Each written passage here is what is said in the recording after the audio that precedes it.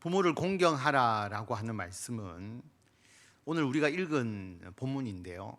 십계명 중 제5계명에 해당되는 말씀입니다. 첫 번째에서 네 번째 계명은 하나님께 대한 것이죠.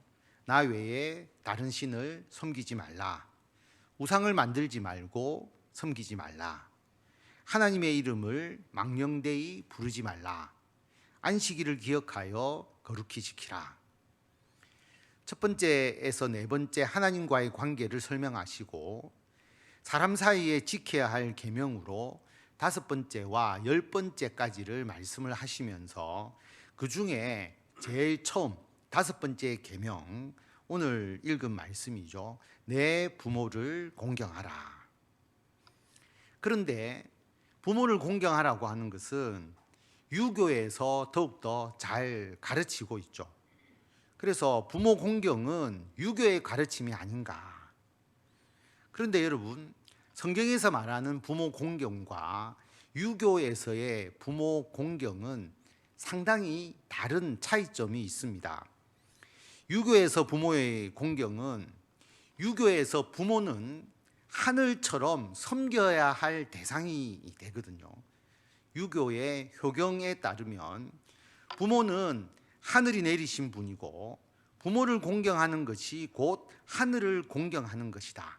그래서 공경할 경자를 쓰게 되면 경친, 부모를 공경하는 것이 경천, 하늘을 경외하는 것이다. 공경하는 것이다. 그래서 부모 공경이라는 것이 유교에서는 절대적인 권위를 가집니다. 사실 부모가 하늘과 같은 존재가 되어버리는 것이죠. 그래서 우리가 잘 알듯이 전래동화가 있지 않습니까? 아버지가 아들들에게 소를 지붕 위에 올려라. 여러분은 어떻게 하시겠습니까?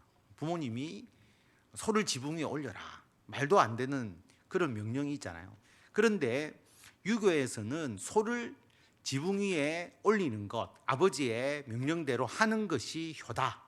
그래서 그 내용을 보면 소를 지붕에 올리려고 아들이 막 애쓰는 집은 잘 되고 그렇지 않는 집, 아버지의 명령을 무시하는 집은 가난해진다. 그런 전래동화가 있을 정도입니다. 무조건 부모의 명령, 뜻에 따라야 한다라고 하는 것이 유교의 가르침이죠. 그런데 하나님의 가르침은 에베소서 6장 1절에 보면 자녀들아 주 안에서 너희 부모에게 순종하라. 이것이 옳으니라. 주 안에서. 십계명 중에서도 부모의 공경, 부모를 공경하는 것은 다섯 번째 순위거든요. 처음부터 네 번째까지 하나님을 공경하는 계명을 먼저 말씀하시고 다섯 번째가 부모 공경입니다. 그래서 하나님의 뜻이 우선이라고 하는 거죠. 소를 지붕 위에 올리는 것이 하나님의 뜻이 아니라면 안 올리는 것이 더 맞다라고 하는 거죠. 그래서 하나님의 말씀에서는 부모 공경이 유교처럼 무조건 절대적이지 않다는 의미입니다. 그리고 유교에서는 부모가 나에게 육체와 생명을 주신 분이죠. 그래서 신체 발부, 수지 부모, 우리의 몸, 발, 털, 그 다음에 부, 살갗, 이것은 부모로부터 받았다. 신체, 발부, 모든 우리들의 몸을 부모로부터 받았다라고 해서 몸과 머리털, 피부는 부모님으로부터 받은 것이니까 감히 훼손해서는 안 된다. 그래서 상투를 틀고 머리카락을 자르지 않았죠. 효를 위해서 그렇게 한 것입니다. 그래서 지난 주일에도 말씀을 드렸지만 고종 황제가 단발령을 내렸을 때 목은 자를 수 있어도 머리는 자를 수 없다. 그래서 제익현 선생이 또 유생들이 반발한 것은 실제로 효를 위한 것이죠. 물론 항일 사상, 일제의 영향력이 커지고 일제 압력에 의해서 단발령이 내렸기 때문에 항일 운동과도 연관이 되어 있지만 이 단발령을 반대한 것에 유교적 기준의 효라고 하는 사상이 기반되어 있었으면 부인할 수가 없죠. 그런데 사실은 목도 부모가 주신 거잖아요. 목은 자를 수 있어도 머리카락은 자를 수 없다. 좀 어폐가 있지만 그 정도로 간결하게 반발했다고 하는 것이죠. 그런데 우리에게 몸을 주신 분은 하나님이시죠. 하나님께서 부모를 통해서 우리의 몸과 생명을 주신 것입니다. 부모가 몸을 준 게 아니라 하나님께서 주셨다라고 하는 것입니다. 그리고 유교에서는 한평생 부모를 섬겨야 한다고 생각을 하죠. 부모와 자녀는 영원히 수직적 관계입니다. 그래서 살아있을 때만 부모를 섬기는 게 아니고 죽어서도 조상 제사를 지내야 하는 것이죠. 그래서 내가 죽기 전에는 자녀가 부모를 섬기는 것에서 벗어날 수가 없는 것이 유교입니다. 삼강오륜이라는 것 여러분 한번 들어보셨을 것입니다. 그래서 한자어는 제가 말하지 않고요. 임금은 신하의 별이가 된다. 이 별이라는 것은 그물을 펼 때 쓰는 그 줄을 말하거든요. 그런데 군의신강, 그러니까 임금과 신하의 관계에서 임금이 신하의 별이가 되고, 부의자강, 아버지는 자식의 별이가 되고, 부의부강, 지아비, 남편은 아내, 지어미의 별이가 된다. 여러분 이 말씀 삼강을 보면 임금과 신하의 관계, 아버지와 자식의 관계, 그리고 남편과 아내의 관계에 대해서 같은 질서를 말하고 있습니다. 법도가 되는 자가 임금이고 아버지고 남편이고, 거기에 순종하는 자가 신하고 자녀고 그리고 아내가 되는 것이죠. 이런 관계가 사실 영속적으로 영원히 지속되는 것이 유교의 관계입니다. 그런데 하나님의 가르침은 다르죠. 창세기 2장 24절, 아담과 하와를 만들고 난 이후에 아담에게 하와를 보내시면서 이 말씀을 하시잖아요. 이러므로 남자가 부모를 떠나 그의 아내와 합하여 둘이 한 몸을 이룰지로다. 부모가 영원히 우선되는 게 아니고 결혼을 하면 부부가 우선이다라고 하나님이 말씀을 하시죠. 한 몸이니까. 그래서 남자는 결혼을 하면 부모보다 아내를 더 우선해야 하는 것이죠. 그런데 유교적 관계에서 보면 3년상, 만 2년 동안, 왜 만 2년이라고 하느냐면 부모가 갓난아기를 한 2년 정도 키우잖아요. 돌보잖아요. 그럼 자식도 부모가 돌아가신 이후에 아무것도 할 수 없는, 마치 갓난아기와 같은 그 부모가 돌아가신 그 2년 동안 죽은 부모와 함께 하라고 하는 거죠. 그래서 초막을 짓고 무덤 곁에서 2년 동안, 만 2년 동안, 3년이죠. 식사를 하러 내려가지도 않고 무덤 곁에서 생활을 했습니다. 그러면 가족들이 식사를 공급해 주어야 되잖아요. 모두가 어려움이 있는 것이죠. 그 정도로 죽은 부모가 가족보다 더 소중하게 여기도록 그렇게 사회적 규범이 형성되어 있었습니다. 장례나 제사법을 보면 유교의 기준에서 죽어서도 나의 삶에 부모가 영향을 미친다. 그러니까 죽은 부모에게 잘해 주어야 내가 복을 받고 잘 된다. 영원한 수직 관계. 내가 죽지 않고서는 그 관계에서 벗어날 수 없는 그런 관계. 그런 관계가 유교적인 부모의 공경이라고 하는 것입니다. 그래서 유교의 부모 공경을 여러분 잘 보시면 부모를 사랑하는 것과는 관계가 멉니다. 그런데 우리 기독교에서는 죽고 난 이후에 아무런 의미가 없죠. 그래서 살아있을 때, 부모님께서 살아계실 때 부모님을 잘 공경하도록 가르칩니다. 그리고 부모를 사랑하는 것이죠. 부모를 공경할 뿐만 아니라 부모에 대한 깊은 사랑을 가지도록 말씀합니다. 그래서 하나님께서 부모를 공경하라는 것과 유교에서 이야기하는 부모 공경 효의 사상과는 상당한 차이점이 있습니다. 하나님께서 왜 부모를 공경하라고 가르치실까? 하나님을 공경하도록 하기 위해서입니다. 왜냐하면 우리는 하나님을 아버지라고 부르잖아요. 여러분, 하나님과 우리와의 관계를 어떻게 표현해야 될까? 임금과 신하의 관계일까? 아니면 하나님과 우리와의 관계를 부부로 표현할까? 형제로 표현할까? 친구로 표현할까? 아니면 스승과 제자로? 아니면 하나님을 고모부 또는 아니면 이모라고 부를까?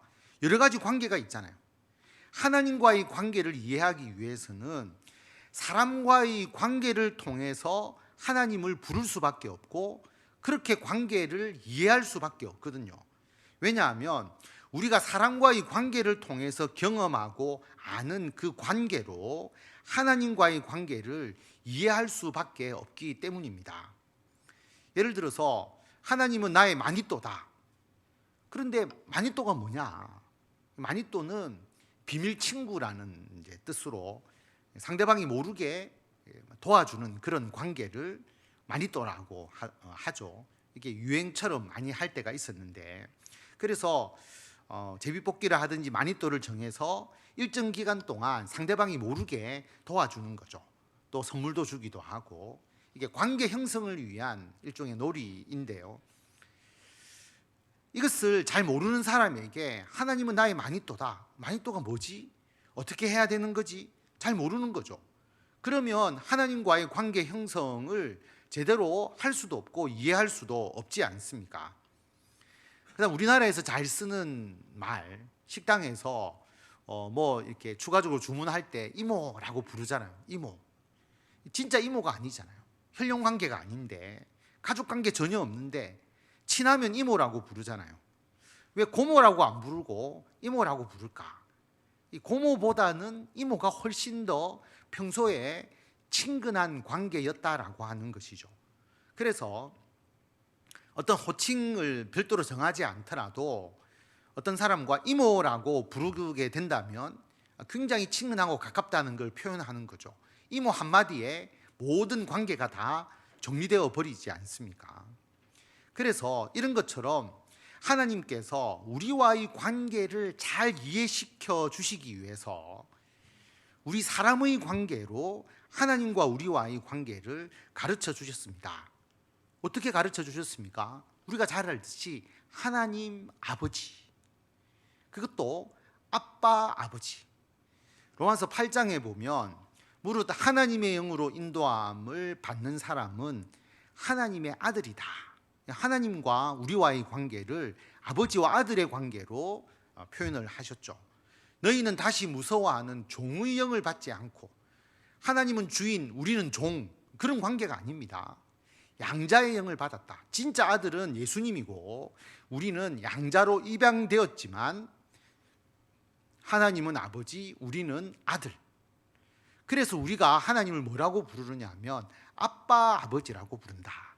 이 히브리어로 아빠와 우리가 부르는 아빠하고 발음도 같고 뜻도 같습니다. 그래서 하나님을 아빠라고 부를 수 있다라고 하는 거죠. 그래서 아주 친한 아버지, 아주 친근한 아버지. 여러분, 하나님 시아버지 아닙니다. 하나님 시아버지가 아니고 하나님 아버지. 시아버지라고 부른다면 뭔가 좀 관계가 서먹하고 좀 모호해지지 않을까요? 하나님을 잘 안 찾을 것 같은 느낌. 하나님 장인어른 아니죠. 뭔가 그래도 한 발 멀리 떨어져 있는 느낌. 그런데 남편에게도 아내에게도 하나님은 아버지, 친아버지, 하나님 아버지, 아빠 아버지라고 부르게 하셨다라고 하는 겁니다. 그래서 하나님을 아버지라고 부르기 때문에 아버지와 자녀와의 관계가 하나님에 대한 이해에 영향을 미치게 됩니다. 예를 들어서 아버지가 가부장적인 아버지, 아주 유교적인 아버지, 그래서 자녀들에게 지붕에 소를 올려라 라고 하면 자녀들이 군말 없이 소를 지붕에 올리려고 하는 그런 관계가 되어야 되는 아버지, 그런 아버지와 계속 살았다면 하나님 아버지에 대한 이해를 잘못할 수가 있을 것입니다. 하나님은 우리에게 아빠 아버지라고 부르게 하셨기 때문에 하나님은 우리에게 친근한 아버지거든요. 어떻게 보면 유교가 아니라 우리가 서양식 아버지, 그런 아버지가 하나님 아버지에게 훨씬 더 가까운 느낌입니다. 사랑의 관계. 그래서 아버지가 자녀들을 사랑하고, 먼저 사랑하죠. 더 사랑하죠. 아버지가 자녀를 더 돌보죠. 사랑을 베풉니다. 그 사랑을 받았기 때문에 자연스럽게 자녀가 아버지에게 사랑을 표현하고 사랑하는 감정을 느끼게 되는 거잖아요. 그래서 아빠라고 부를 수 있게 되는 것이죠. 그래서 부모와 자녀의 관계는 하나님과 우리와의 관계를 나타내는 아주 중요한 관계입니다.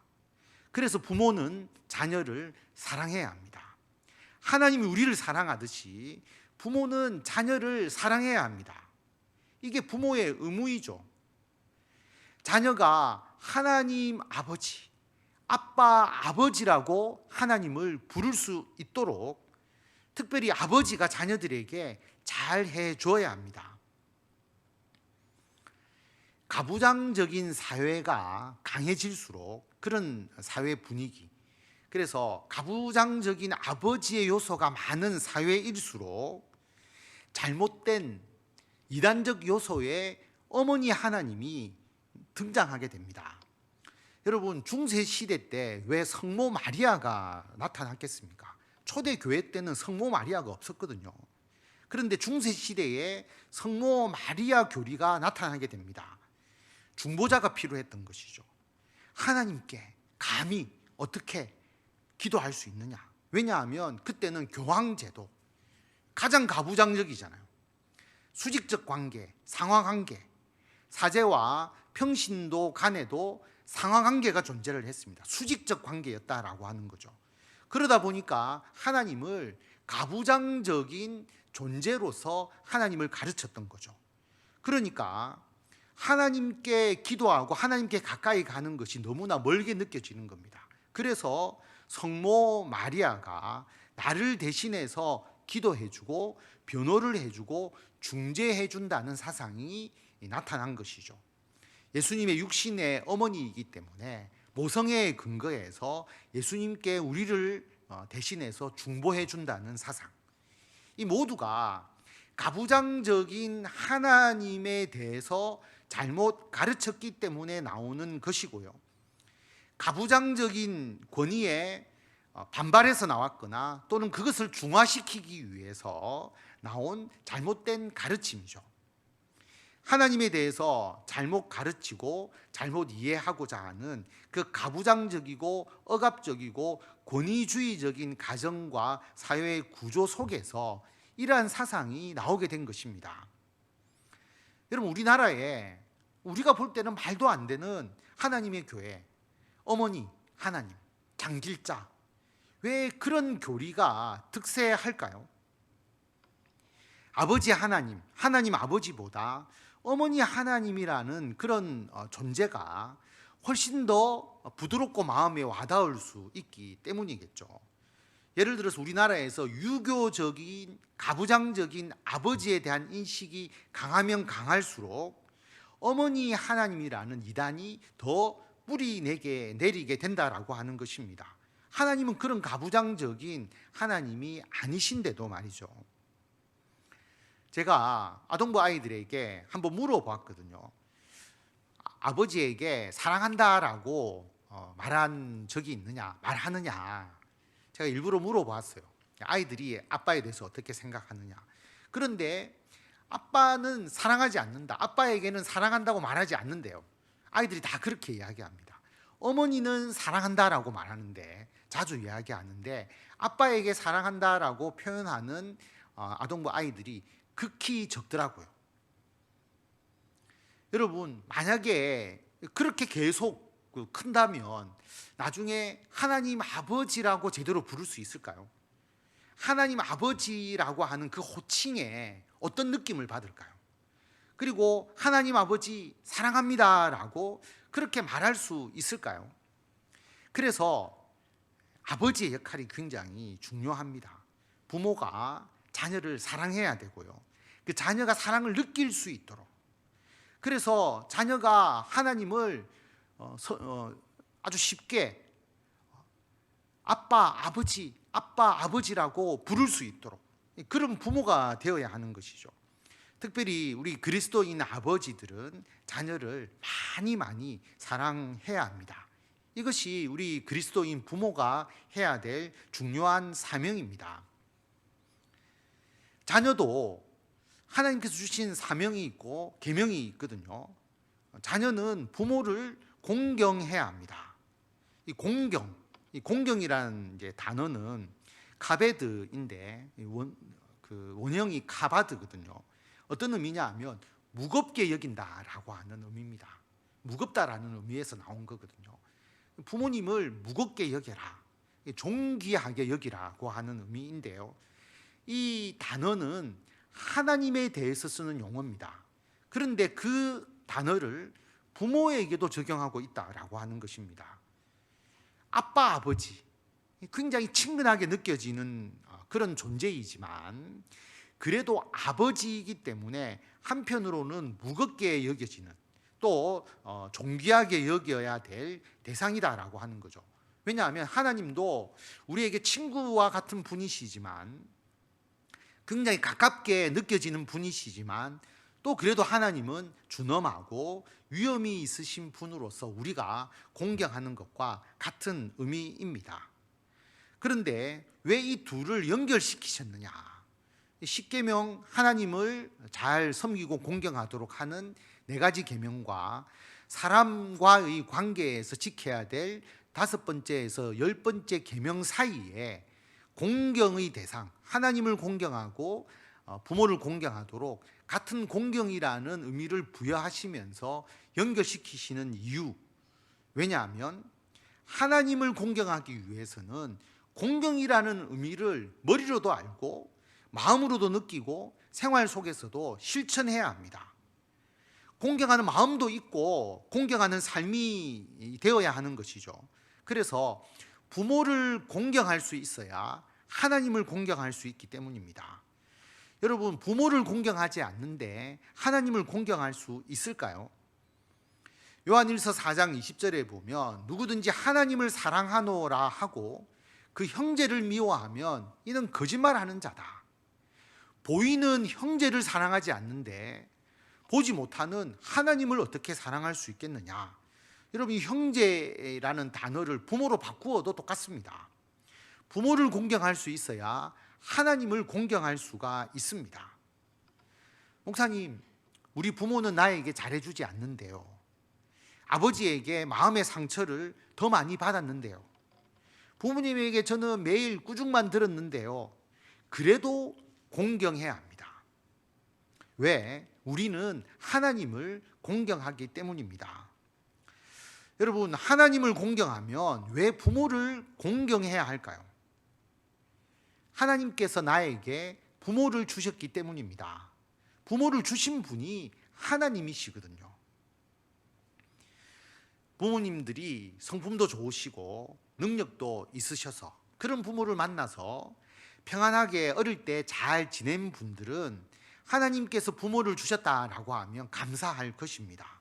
그런데 부모님들이 돈도 못 버시고 가난하게 사셨고 그런 부모님 때문에 어릴 때 가난해서 힘들었던 분, 또는 몸이 아프신 부모님으로부터 유전적인 질환을 물려받으신 분, 또는 자녀를 사랑하지 못하는 부모라서 사랑을 받지 못하고 컸거나, 또 부모님의 성격, 부모님의 행동이 마음에 들지 않았던 그런 부모님과 살았던 분들은 하나님께서 나에게 부모를 주셨다는 말에 감사하지 못할 수도 있습니다. 하나님, 왜 나에게 이런 부모를 주셨습니까?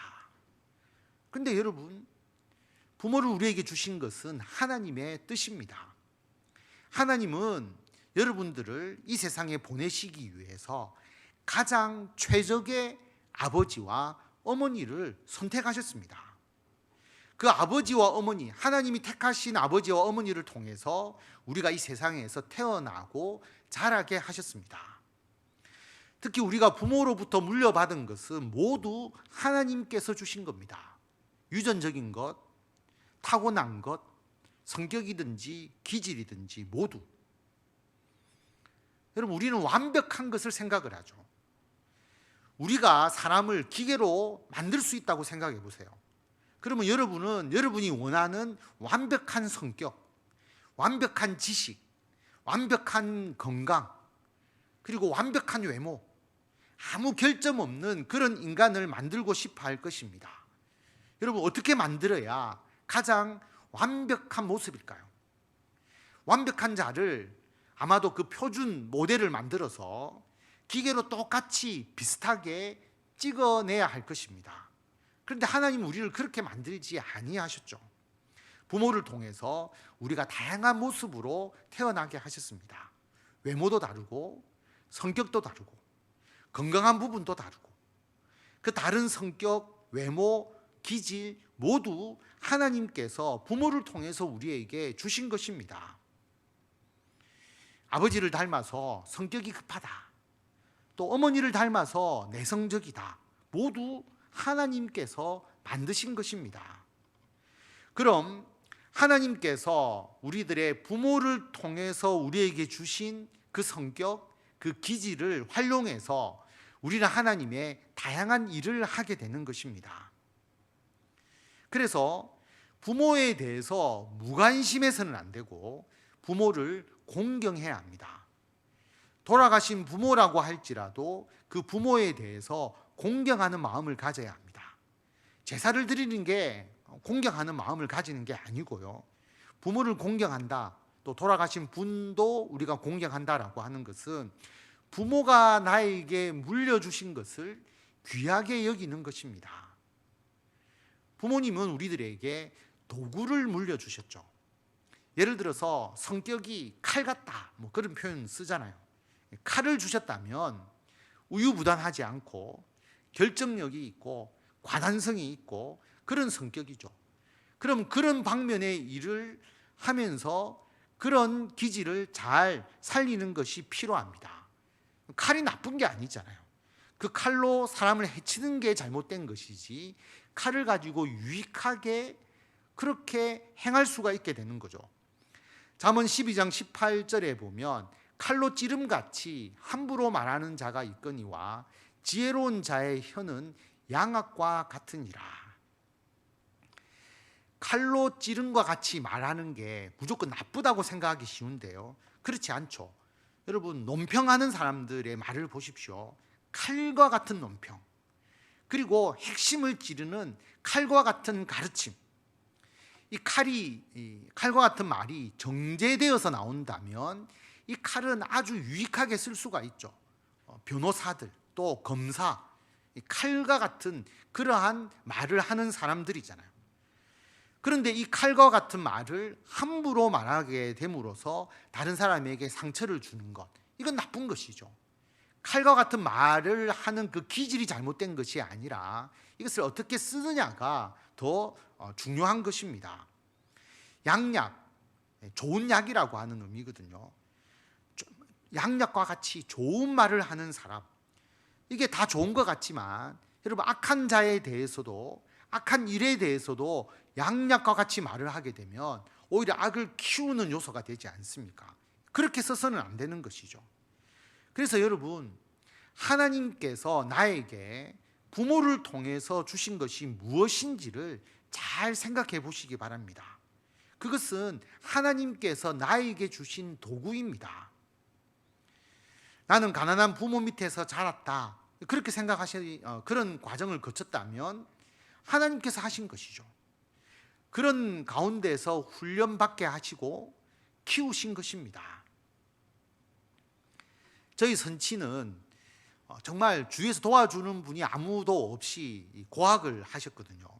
그래서 대학교 때는 선교사의 도움을 받아서 선교 활동을 도우시면서 그렇게 공부를 하셨습니다. 저희 어머니는 외할아버지가 일찍 돌아가셨거든요. 의료사고로 일찍 돌아가셔서 교장 선생님이셨는데 그 뒤로 홀어머니 밑에서 그렇게 생활을 했습니다. 저희 선친이 교편 생활을 하셨는데 물려받은 재산이 있는 것도 아니고, 그래서 그 아버지가 교편 생활 딱 하나 하시는 것으로 우리 사남매가 생활을 했습니다. 그러니까 검소하게 살 수밖에 없지 않겠어요. 물론 찢어지게 가난하게 사는 건 아니잖아요. 선생님의 그 봉급이 나오니까. 그런데 뭐 넉넉하게 산 것도 아니고 아주 아껴서 살 수밖에 없는, 그리고 뭐 대소사가 많은 또 이 그 주변의 친척들의 그 환경 속에서 그렇게 사셨죠. 하나님께서 저와 우리 남매를 그런 가정에서 훈련시키셨습니다. 그게 제 삶이고요. 어머니는 좀 지혜로우시고 또 어떤 측면에서 보면 또 결단력이 있으신데, 아버지는 굉장히 순수하시고 잘 믿으시고 좀 고지곧대로 믿는 그런 좀 고지식하신 그런 분, 또 원칙주의시고 그런 성격인데, 제가 어머니의 성격과 아버지의 성격을 골고루 좀 닮았습니다. 이게 좋은 거냐 안 좋은 거냐, 이건 아무 의미가 없는 것이고요. 하나님께서 저에게 주신 것이죠. 제가 A형인데 우리 성도님들 중에서 우리 목사님 A형 아니냐, 소심하다 이렇게 이야기하시는 분이 많으시거든요. 어릴 때는 더 소심했었습니다. 이후에 성격이 많이 바뀌었습니다만은 선천적으로 하나님께서 저에게 주신 성격이 있고, 그리고 이후에 훈련을 통해서 변화시키시는 부분이 지금은 공존되어 있지만, 그래도 처음 성격, 어떤 기질, 하나님께 주신 것이 밑바탕이 되어 있겠죠. 여러분, 우리들이 태어날 때에 있었던 집안 환경, 아주 구체적인 것은 또 하나님이 주셨다고 할 수 없지만 태어날 때의 집안 환경은 하나님께서 주신 것이죠. 그래서 여러분이 하나님께서 주신, 부모님으로부터 물려받은 여러분의 성격이나 기질이나 여러분의 환경을 싫어하거나 거부해서는 안 되는 겁니다. 모두가 하나님께서 주신 것이에요. 그렇게 생각하시면 우리 부모님에 대해서 공경하게 되고, 그리고 부모로부터 물려받은 그 모든 것을 우리가 귀하게 여기게 됩니다. 부모를 통해서 우리에게 칼을 주셨는지, 스펀지를 주셨는지, 양약을 주셨는지, 또는 부모님을 통해서 우리에게 갈대를 주셨는지, 대나무를 주셨는지, 아니면 우리에게 금수저를 물게 하셨는지, 흙수저를 물게 하셨는지, 여러분 그것은 사람마다 다를 수밖에 없고요. 그 모두가 하나님께서 우리를 다양하게 쓰시기 위해서 우리에게 주신 것입니다. 그러므로 하나님을 공경하면 부모를 공경하게 됩니다. 부모로부터 물려받은 성격이나 기질이나 유전적 요소, 하나님께서 나에게 주신 것이죠. 그래서 왜 하나님께서 나에게 그것을 주셨을까? 내가 이런 일을 하도록 하나님께서 나에게 필요한 그러한 요소를 주셨다. 그걸 우리가 잘 받아들이고 긍정적으로 감사하면서 하나님의 일의 도구로서 잘 사용하는 것, 좋은 도구로서 사용하는 것이 중요한 겁니다. 그러면 부모에 대해서 불만이나 불평을 가지지 않고 부모를 공경하게 됩니다. 우리가 태어날 때에 부모의 환경, 가정 형편, 재산, 사회적 지위, 그것도 하나님께서 주신 것이거든요. 그런 환경 속에서 우리가 자라나게 하시고, 그 속에서 우리가 훈련받게 하시고, 그래서 하나님의 일을 할 수 있도록 하나님께서 우리에게 주셨고 우리를 그 가운데서 만들어 나가신 것입니다. 그러므로 하나님께서 우리의 부모를 나에게 주신 것은 나를 쓰시기 위해서 최적의 부모를 선택해서 주신 것입니다. 그러므로 하나님을 공경하는 우리이기 때문에 부모를 공경해야 하고 부모를 공경할 수밖에 없습니다. 부모를 통해서 우리에게 주신 성격, 기질, 심성, 또 어린 시절의 가정 환경을 통해서 우리가 형성되게 한 모든 자아를 여러분 부정적이거나 비판적이거나 원망이나 낙담의 도구로 삼아서는 안 됩니다. 하나님께서 나에게 주신 귀한 도구다. 그 도구를 어떻게 효과적으로 아름답게 하나님의 영광을 위해서 잘 사용할 것인가, 그것을 기도하시고 그렇게 사용하시는 성도 여러분이 되시기를 바랍니다.